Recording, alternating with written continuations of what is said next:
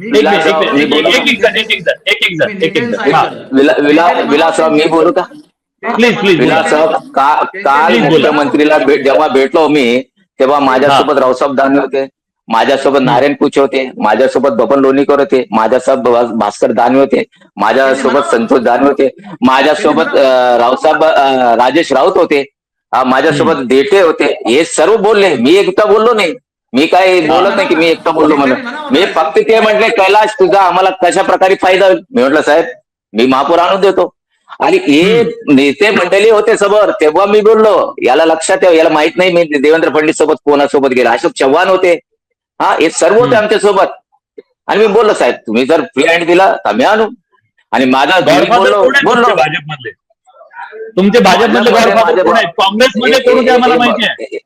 विलासराव तुमचे गॉडफादर होते, अशोकराव होते, आता इकडे कोण आहे?